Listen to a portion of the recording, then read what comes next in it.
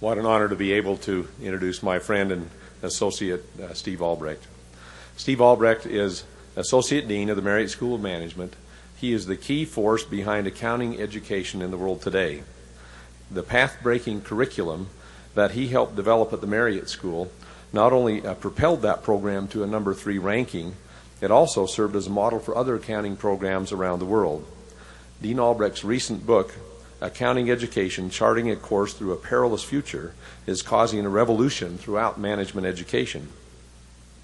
For his exceptional influence, Steve was recently given the Distinguished Achievement in Accounting Education Award of the American Institute of Certified Public Accountants.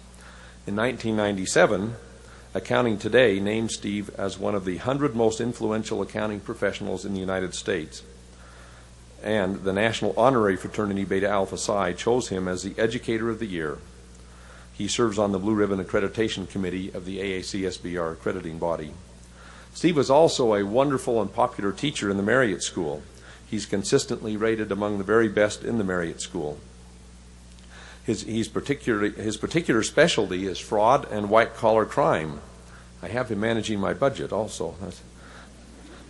Not only does he advise organizations on the prevention and detection of fraudulent practices, he often provides expert testimony in the most high-profile cases in the United States. He has received the nation's highest award for work against fraud. He's published over 80 professional articles and has 3 widely used textbooks that are in their 8th edition. Steve is an alum of BYU. He also received an MBA and PhD from the University of Wisconsin. He taught at the University of Illinois and at Stanford University before coming to BYU in 1977. No matter what project Steve takes on, it is done with clarity, with thoroughness, and with speed. Steve's capacity to work is without peer. He accomplishes more per day than any person I have ever known. He's an amazing resource for the Marriott School and for this university, and a wonderful friend. Steve and Leanne have 6 children and 4 grandchildren. Steve serves in the stake presidency of the Orem, Utah 2nd College Stake. The only character flaw I found in Steve is rather than looking at birds through binoculars, he tends to want to shoot them.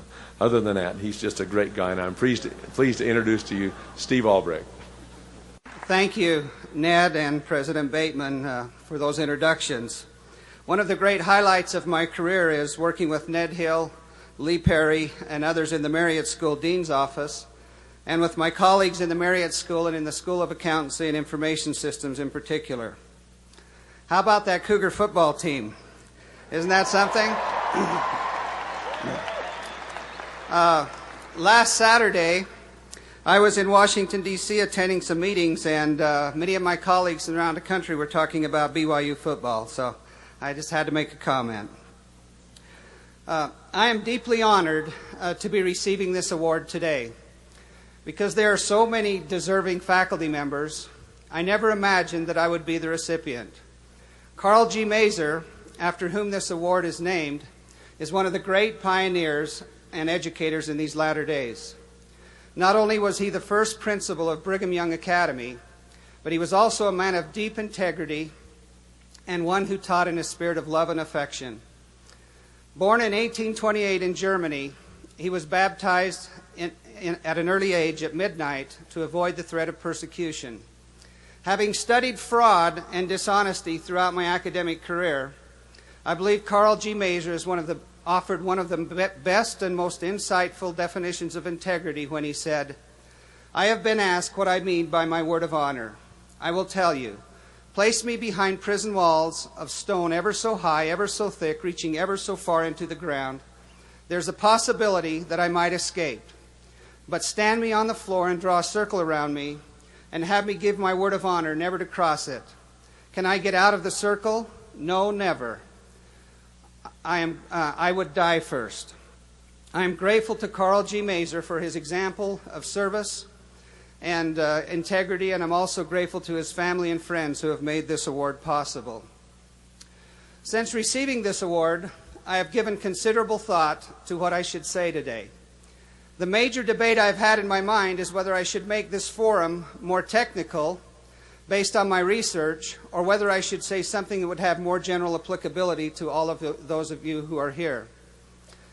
From a technical point of view, I could relate some of the exciting developments we have made in recent years in using technology to detect fraud. I could talk to you about some specific frauds, or I could share with you what it's like to be an expert witness in a $2.6 billion fraud case that I'm currently involved in.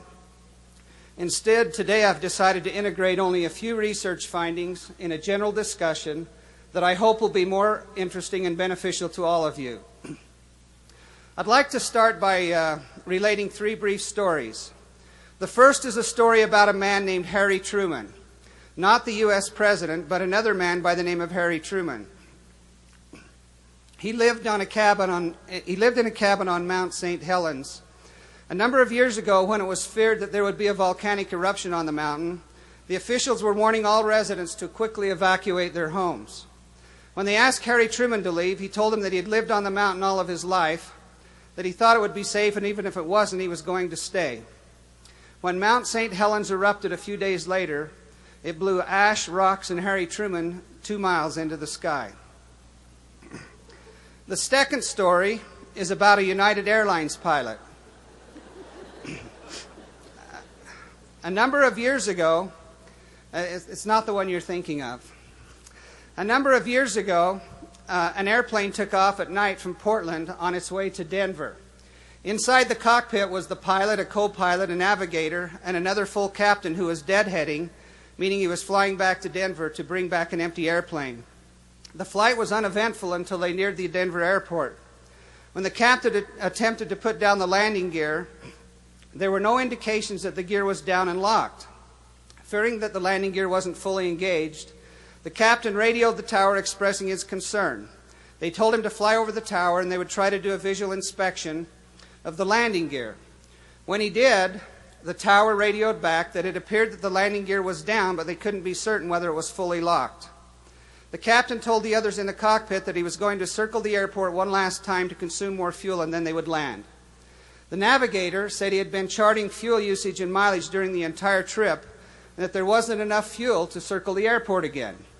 The co-pilot agreed with the navigator. The visiting full captain said, "I don't know whether or not there's enough fuel, but I know one thing, that these airplanes don't fly very well without fuel." He then left the cockpit, went to the back of the plane, and sat in an unoccupied seat and prepared for a crash landing. Upon circling one last time, they ran out of fuel and crashed. Several people on the airplane were killed. Luckily, no one on the ground was injured. When the voice recordings were read for the first time in history, the Pilots Association declined to back the pilot, saying that when he decided to go alone and ignore all the collective wisdom in the cockpit that night, he had decided to go alone now. The third story I would like to illustrate as I begin my talk today is about the tragic death of the Minnesota Vikings and Pro Bowl star offensive lineman Corey Stringer, who died of heat exhaustion during the fall training camps this year. On Monday, July 30th, Corey Stringer became very sick while practicing, including vomiting several times. On Tuesday morning, however, he was back on the practice field, again feeling sick and vomiting. After practice on Tuesday morning, he went into an air-conditioned shelter where he developed weakness and rapid breathing. He was rushed to the hospital, developed multiple systems failure, and died. What do all three of these incidents have in common? All three involve cases where individuals failed to listen.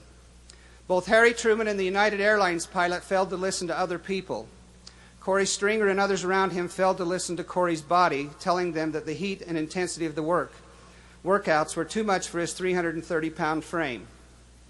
Listening carefully can make all the difference in the world for us, and has made a tremendous difference in my life. Webster's dictionary defines the word listen as to pay attention to in order to hear, or to give heed, or to follow advice. In our accounting curriculum at BYU, we believe that teaching students skills is at least as important, or more important, than teaching them technical content. Our feeling is that skills will transition with our graduates to various settings throughout their professional careers. But content knowledge will soon become outdated and will soon be forgotten. 3 communication skills we try hard to help our students develop in their classes are effective writing, effective speaking, and effective listening. We often use various pedagogical approaches to stress how important effective listening is. For example, we sometimes administer quizzes after a video or after presenting a lecture to make sure the students have listened carefully. It only takes a time or two, and then they realize that listening is important. Because listening has made such an important difference in my life, today I would like to relate to you 6 specific lessons I have learned and blessings I have received from trying to listen carefully to others. Each of these examples has had a profound impact upon my life and, in fact, has changed the direction and meaning of my life. By relating these experiences to you, I hope to share with you some insights into why I do what I do, my enthusiasm for my career, and some of the technical concepts I have learned from my research. Listening lesson number 1. If something isn't worth doing well, it isn't worth doing it at all. I grew up in the southern Utah town of Bicknell, a small town of approximately 300 people. Not too many high school graduates in that small town went to college, and even fewer graduated. But from the time I can first remember, my mother always stressed the phrase which I can still hear her saying today at age 90. Steve, if something isn't worth doing well, it isn't worth doing at all. To me, what I heard her saying was that I must always try to do my best, no matter what I attempted. When I tell my children some of the things I did to please my mom and do my best, they think I was really silly and even stupid. For example, in 12 years of elementary and high school, I received 11 perfect attendance awards. I missed one day, 1 year, because I was so sick I couldn't get out of bed. To achieve perfect attendance, I passed up trips with my parents, excursions to the mountains, and other events just so I could be in school every single day. And while in school, from the first grade on, I studied as hard as I could. At the time, I didn't know why or what that study would lead to. I just did it because I heard my mom, and I knew my mom wanted me to do my best. What I didn't realize at the time that was trying to do my best was creating tremendous opportunities for me and tremendous options for me. Even though my older brothers and sisters hadn't graduated from college, and I really didn't plan on attending college, doing my best created options for me to go to college when some of my best friends went. Later on, trying to do my best gave me options to attend graduate school, something I hadn't planned on. And in graduate school, trying to do well gave me opportunities to teach anywhere I wanted to in the United States, including at Stanford, Harvard, and other great universities where I've had offers or have taught. Because of her counsel, my own internal expectations and hurdles have exceeded those that have been imposed upon me externally. When it was time to be reviewed for tenure and promotion, for example, the publications and teaching requirements of the university weren't nearly as high a bar as my mom's own expectations of me. I didn't realize, while my mother probably didn't realize the impact those few words would have upon my life, I will be eternally grateful that I listened to her constant refrain of if it isn't worth doing well, it isn't worth doing at all. I would recommend the same counsel for you. Life and freedom are all about options. The more options you have, the more free you are. And you create options by doing your best. Listening lesson number 2. Quality time is quantity time. The second great listening lesson that's had a profound impact upon my life is something my wife has said to me over and over again during our 30 years of marriage. Leanne and I first met at BYU, and in fact, we're members of the same family home evening group in the Riviera Apartments. How many of you have been able to marry your sister? I didn't realize at the time how important that marriage decision was. But thanks to Heavenly Father, He guided me through that treacherous time in my life by giving me a great wife. I don't know whether it was something Leanne learned in her elementary education classes at BYU, but more often than any other phrase, except, of course, I love you, she has always told me that, quote, quality time is quantity time. I think it was her way of saying to me, don't ever forget me or your children. Leanne is extremely unselfish and so would most often state the phrase in the context of our children, but I could read between the lines and hear her expectations regarding time with her as well. While I didn't listen perfectly, I did hear the importance of her message. Through her constant reminding, while I have always tried to work hard professionally, I have taken time with my children and family, even if it meant getting up at 3 or 3:30 a.m. to finish a project for work. I believe I coached nearly every basketball and baseball team my children played on when they were young. I was also the scoutmaster to all of my boys, and when I wasn't their scoutmaster, I made sure I went on all their campouts with them.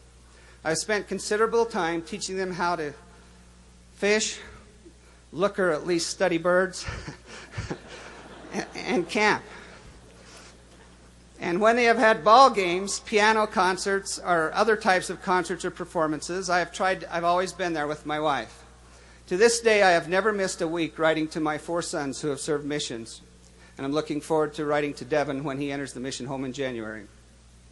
Many times I would probably have preferred to stay at work to meet some deadline, but my wife's constant refrain that quality time is quantity time continually rang through my ears. Now that my children are older and most have left home, I am so grateful for the experiences we shared together, experiences that I'm sure I wouldn't have had if I hadn't listened to those important words that Leanne drilled into me almost daily. There's a story about spending time with your children that I love. It's called The Cats in the Cradle by Harry Chapin. Here's how it goes. My child arrived just the other day. He came to the world in the usual way, but there were planes to catch and bills to pay. He learned to walk when I was away. And he was talking before I knew it, and as he grew, he'd say, I'm going to be like you, Dad. You know, I'm going to be like you. And the cats in the cradle and the silver spoon, little boy blue and the man in the moon, when you coming home, Dad? I don't know when, but we'll get together then. You know, we'll have a good time then. My son turned 10 just the other day. He said, thanks for the ball, Dad. Come on, let's play. Can you teach me to throw? I said, not today. I've got a lot to do. He said, that's okay. And as he walked away, but his smile never dimmed, said, I'm going to be like him. Yeah, you know, I'm going to be like him. Well, he came home from college just the other day, so much like a man, I just had to say, son, I'm proud of you. Can you sit for a while? He shook his head and he said with a smile, what I'd really like, Dad, is to borrow the car keys. See you later. Can I have them, please? I've long since retired. My son's moved away. I called him up just the other day. I said, I'd like to see you, son, if you don't mind. He said, I'd love to, Dad, if I could find the time. You see, my new job's a hassle and the kids got the flu, but it's sure nice talking to you, Dad. It's been sure nice talking to you. And as I hung up the phone, it occurred to me he'd grown up just like me. My boy was just like me. And the cats in the cradle and the silver spoon, the little boy blue and the man in the moon, when you coming home, Dad? I don't know when, but we'll get together then, Dad. You know we'll have a good time then. If we make it as a family, it will be because of the vision and gentle encouragement my wife gave me day after day to be a better father and husband. To this day, Leanne is still convinced that the only quality time that we'll ever spend with those we love or that matters is quantity time, and that relationships cannot be built upon little snippets of time together. And you know what? After 30 years of marriage, I couldn't agree more with her. I would strongly encourage that whatever you do in life and however you prioritize your time, you make significant amounts of time for those that you love.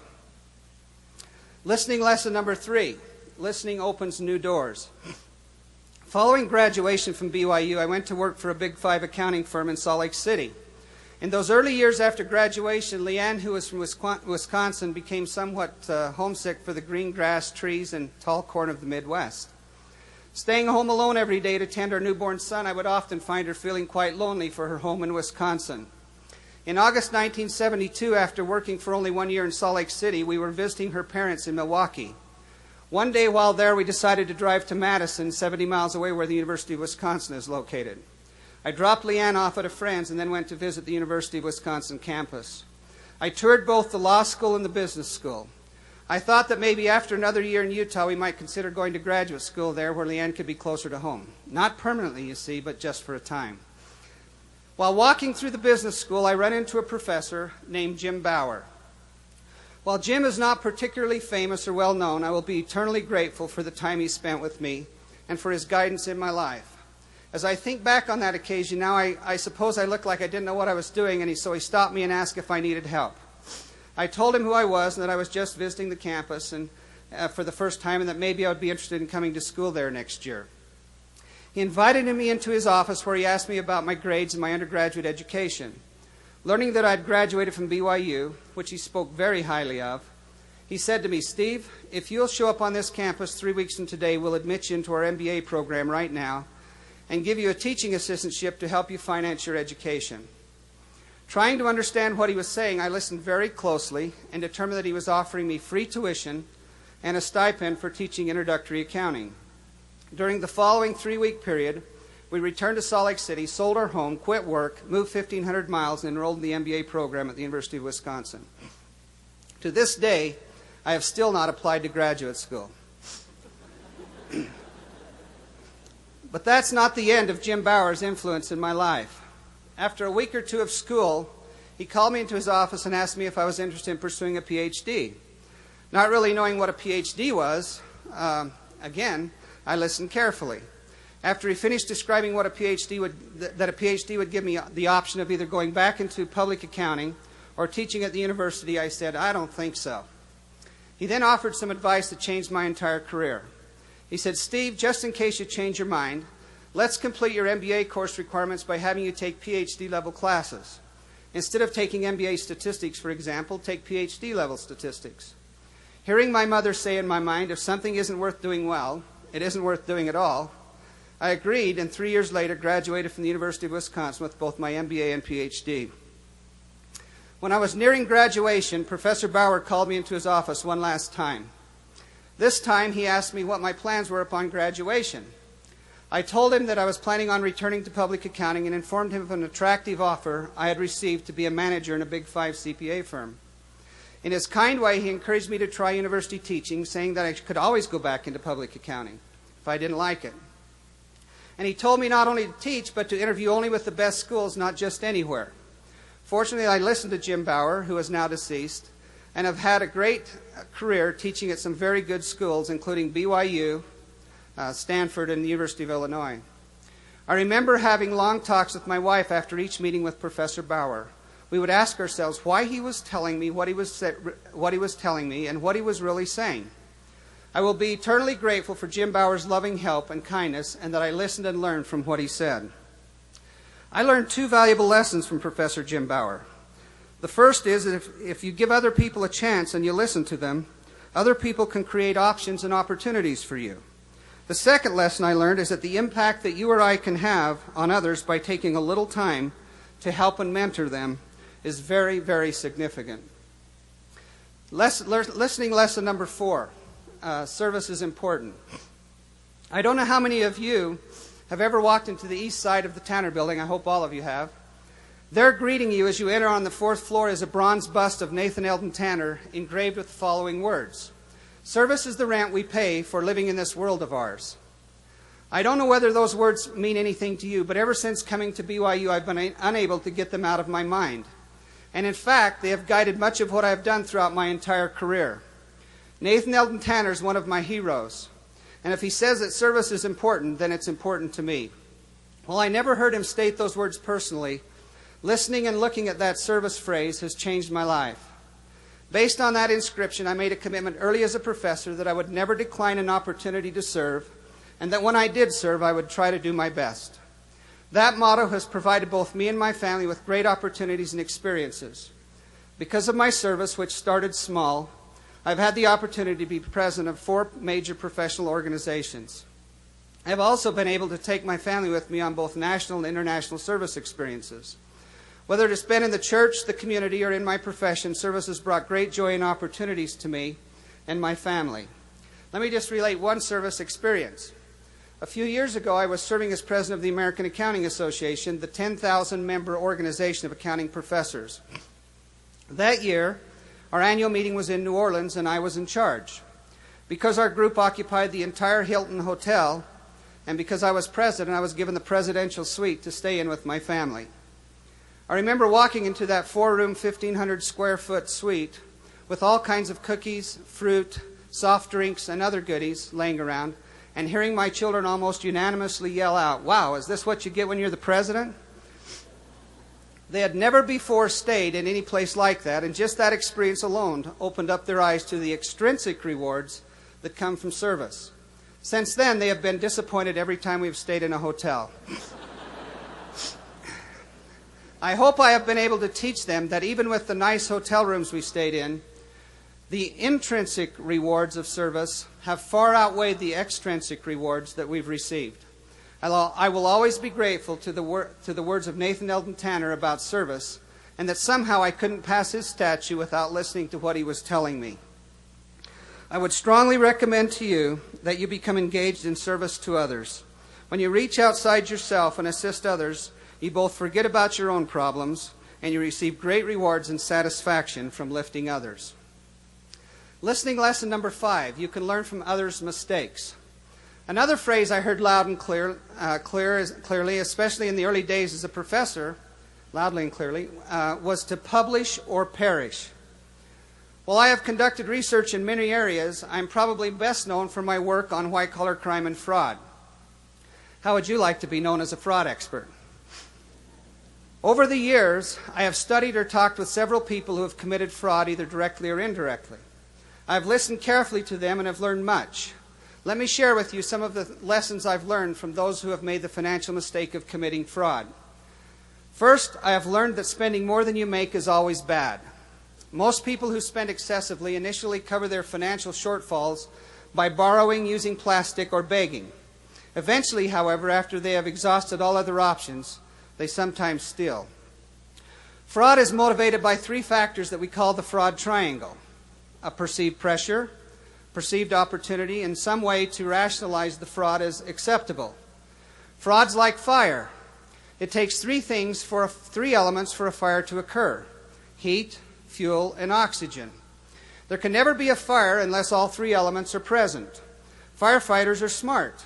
They know that that fires can be extinguished by removing any one of the 3 elements. We extinguish many fires with water, thus taking away heat. We often fight forest fires by building fire lines or backburning, which removes fuel, or in gas fires we turn off the gas. And we usually fight very intense fires by smothering or using chemicals or explosives to take away the oxygen. When people spend more than they borrow, a financial pressure is created. A perceived opportunity is often available because people who commit fraud are usually first-time offenders and are trusted. And they rationalize that they are only borrowing and will pay the money back. Another lesson I've learned from listening to fraud perpetrators is that excesses are bad. It doesn't seem to matter whether the excesses involve gambling, drugs, spending, working, exercising, or anything else. Too much of anything often leads to pressure, and that pressure can motivate fraud. Let me relate to you a quick story about a fraud perpetrator. I am aware of a woman who worked for a corporation for 37 years. We believe she was honest for the first 34. During the last 3 years, she started embezzling. Eventually, she stole $686,000. After she was caught, the company took her home, her car, her retirement account, and most of her other assets. This woman started spending because she became a spendaholic. Her excessive spending started when she began buying things for her grandchildren. The more she bought, the more she wanted to buy, and soon she started watching Home Shopping Network and buying all kinds of trinkets and gifts. Through seizing her assets, the company recovered about $400,000. Because of her dishonest acts, she lost her reputation for honesty and the respect of her friends and was sentenced to serve 1 year in federal prison. In addition, the IRS approached her and told her that since stolen money is taxable, and because she hadn't paid the timely taxes on the money she stole, she owed back taxes, interest, fines, and penalties. This woman has now completed her prison sentence, but must make monthly restitution payments of $333 to the company and $420 per month to the federal government. If she misses one payment to either the government or to her employer, she violates her parole and goes back to jail. A third lesson I have learned from listening to fraud perpetrators is that they always judge themselves by their intentions instead of their actions. Almost always perpetrators say things like this: "Steve, I intended to pay that money back. I really did." And you know what? I believe them. Unfortunately, many of us do the same thing. We judge others by their actions and ourselves by our intentions. None of us is as good as our intentions, no matter how good we are. Because fraud perpetrators judge themselves by their intentions, they don't think of themselves as criminals. As an example, a few years ago I worked with the FBI and the U.S. attorneys in the federal government's criminal trial against Charles Keating. both as a consultant and advisor and then as an expert witness. In the trial, which was conducted in Los Angeles, Charles Keating was convicted on 75 of 75 counts. It was a very successful case for the federal government. While Charles Keating maintained to the very end that he didn't intentionally commit fraud, we won the trial by inferring intent from a series of repeated similar actions. Every quarter, at the end of the quarter, he would make a transaction that would take his company from being in a loss position to a profit position. Just as Charles Keating failed to realize his actions, I hope none of us in this building today is so preoccupied with judging ourselves by our intentions that we fail to see what we're actually doing. That spending more than you make, that excesses are bad, and that perpetrators judge themselves by their intentions rather than their actions are only 3 lessons I've learned from listening to fraud perpetrators. While I don't have time to go into detail into others, let me list several quickly, some other lessons that I've learned. Number 1, as an investor and consumer, you should trust everybody, but you should never let your controls down for anyone. Second, the first reaction we all have when someone is committing fraud is to deny that fraud could be occurring. And because we all deny that it could be occurring, we tend to lose more money or let the fraud perpetrators continue. Next, fraud always starts small and gets larger, growing geometrically over time. Another thing, lesson I've learned is that you should never underestimate the power that money has on people. Even good church members sometimes commit fraud. Another one is that fraud is very costly. A few years ago, I worked with General Motors on a fraud that was $436 million. That one fraud wiped out all the profit from making and selling 218,000 automobiles. Another lesson I've learned is that it's possible to avoid being a fraud victim if you exercise a little caution. Let me share with you one last lesson I've learned from fraud perpetrators in studying situations where fraud occurs. Think back to the fraud triangle I introduced earlier. One of the 3 elements is rationalization. It takes much more pressure and opportunity for someone with a well-defined code of ethics or high integrity than it does for someone who has less integrity to rationalize dishonest acts. I have learned through my fraud studies that the only way to teach honesty is through 1, proper modeling. The researchers call it modeling, we call it example. And 2, through proper labeling. That's what the researchers call it. We call it teaching and training. Research on moral development is quite convincing that when the model and the label, or the example and the teaching are not consistent, dishonest behavior often results. For example, consider the parent who tells his or her children not to break the speed limit, and then every time the daughter or son gets in the car, they have a radar detector going 80 miles an hour. In this case, the modeling and labeling are inconsistent, and the parent will one day wonder why his or her son or daughter was killed in a car accident going 90 miles an hour. It's the same with honesty. If a company wants its employees or a parent wants his or her children to be honest, the teaching and training, the teaching and training, or the modeling and labeling, as the researchers call it, must be consistent. In business, we call modeling the tone at the top, and the teaching we call the corporate code of conduct. At home, we call it example and teaching. What I've learned from studying fraud and listening to those who have committed dishonest acts is that the Savior had it right. Think about how Christ taught as recorded in the New Testament. He taught by example, and he taught by teaching parables. As it says in Mark 4:33 and 34, and with many such parables he spake of the word unto them, as they were able to hear it. But without a parable spake he not unto them. Think of all the parables Jesus used to teach. That was the labeling or the teaching. There are at least 10 parables unique to Matthew, 1 parable unique to Mark, and 12 that are unique to Luke.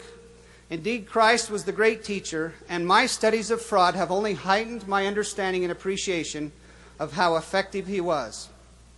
Right now, I'm a designated expert witness, and of course, my definition of an expert is somebody who's at least 1,000 miles from home, in a couple of large fraud cases, including an international fraud case where the perpetrator committed fraud totaling $2.6 billion. If I could share with you the facts of those active cases, which I can't, you would quickly understand that these lessons I've learned from listening to fraud perpetrators occur over and over again in almost every fraud. please remember what I have told you. And avoiding those things that motivate one to be dishonest will help you maintain high integrity throughout your life and help you avoid being a victim of fraud. I'm going to skip a little bit because we're running short on time, but let me just quickly cover lesson number 6. Listening to the Holy Ghost brings happiness. There are many other lessons I've learned by trying to listen to others, most of which I don't have time to tell today. Hopefully, the 5 I've related so far are sufficient to help you understand my thesis that effective listening has the power to change and direct your life. Let me just conclude by sharing with you one example of listening in one of my favorite and shortest hymns in the primary songbook. Listen to the still small voice. Listen, listen. Listen when you have to make a choice. He will guide you always. The last listening experience I want to share involves things I have learned by trying to listen to the Spirit. Professor Douglas Brindley of the BYU Religion Department often talks of maintaining a soft heart so we can enjoy the companionship of the Holy Ghost. He counsels us to pray, fast, study the Scriptures, and attend the temple and participate in other heart-softening activities so we will be ready and able to listen to the Spirit. I am grateful for the help of the Holy Ghost in my life in guiding me, whether it's been when giving blessings like the time I blessed my Aunt Nita to leave mortality, or when I healed and blessed my children or others to get better, or when I have needed help with decisions. I'm grateful the Spirit has been there to help me and provide counsel in my life. I'm grateful for those who have helped, and in some cases forced me to listen to the important lessons that have had a profound impact upon my life. Today I have shared only 6. In summary, they are: if something isn't worth doing well, it isn't worth doing at all, from my mom. Quality time is quantity time, from my wife, Leanne. Listening to others opens new doors for you, the University of Wisconsin professor. Service is important, Nathan Eldon Tanner. You can learn from others' mistakes, things I've learned from fraud perpetrators.